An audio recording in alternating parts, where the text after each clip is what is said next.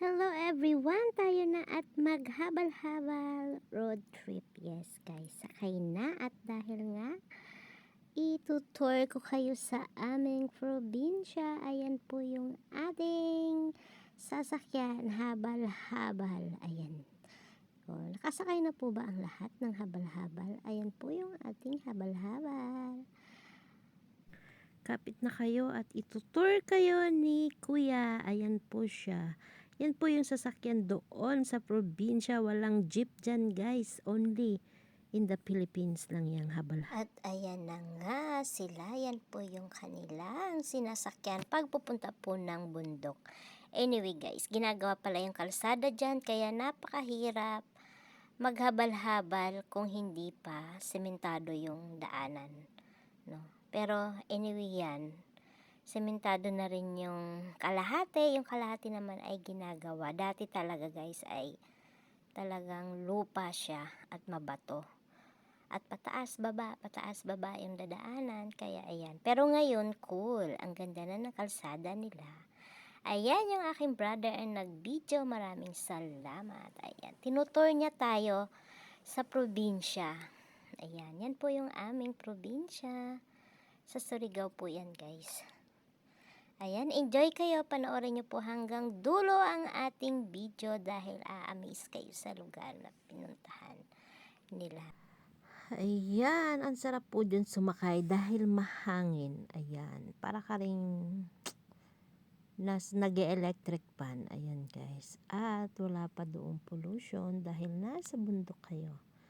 Ayan, ang sarap lang sumakay dyan, no? Parang nakakamiss lang po sumakay ng habal-habal sa probinsya. Kasi iba talaga yung habal-habal sa probinsya gawa ng ang daming nakasakay.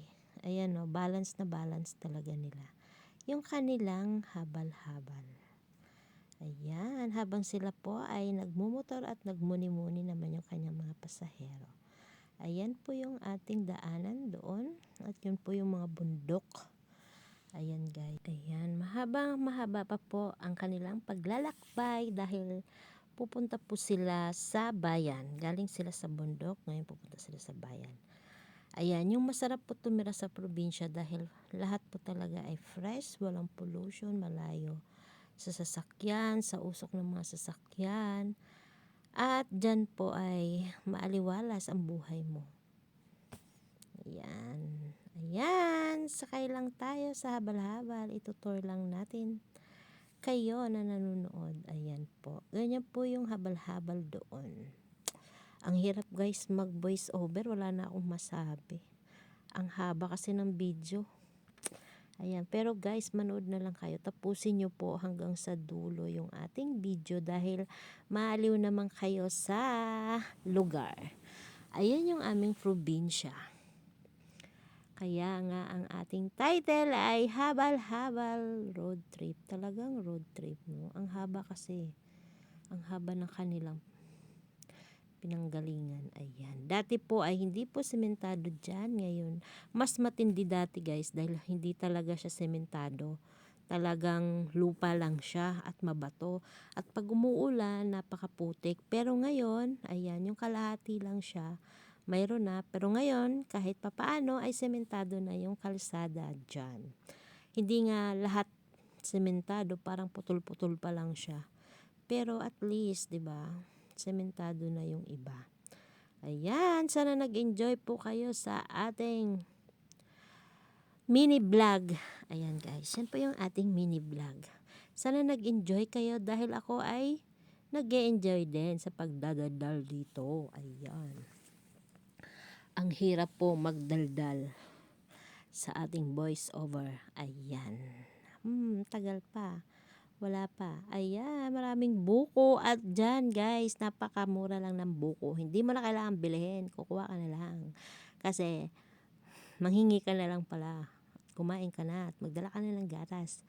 At ng biskwit para makakain ka ng buko salad. Ayan, thank you everyone. Maraming salamat. Malapit na pong matapos ang ating long video. Ayan, first time ko po itong gawin ha. Itong long video na ang haba. Wala na akong masabi sa aking video dahil sobrang haba. Pero I hope nag-enjoy kayo sa ating lugar. Ayan na lang po yung pansinin nyo. Huwag nyo na pong pansinin yung aking boses. Dahil di ko rin alam guys. Ang haba kasi. Wala na ako masabi. Ayan, di ba no? Ang daming mga puno. Ayan, pataas na sila. Ayan, pero masarap naman yung buhay dyan. Kasi kung wala kayong bigas, mayroong saging.